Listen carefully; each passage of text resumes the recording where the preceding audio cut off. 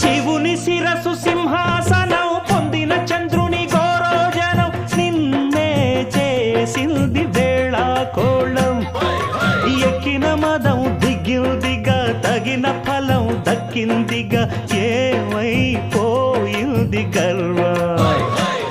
అరే శివుని శిరసు సింహాసనం పొందిన చంద్రుని గౌరోజనం నిన్నే చేసింది వేళ కోళం ఎక్కిన మదం దిగిల్దిగా తగిన ఫలం దక్కిల్దిగా ఏమైపోయింది గర్వం త్రిమూర్తులే నిన్నుగని తలొల్చరా నిరంతరం మహిమను కీర్తించరా నువ్వెళ్తనే అహం నువ్వే దండిల్చరా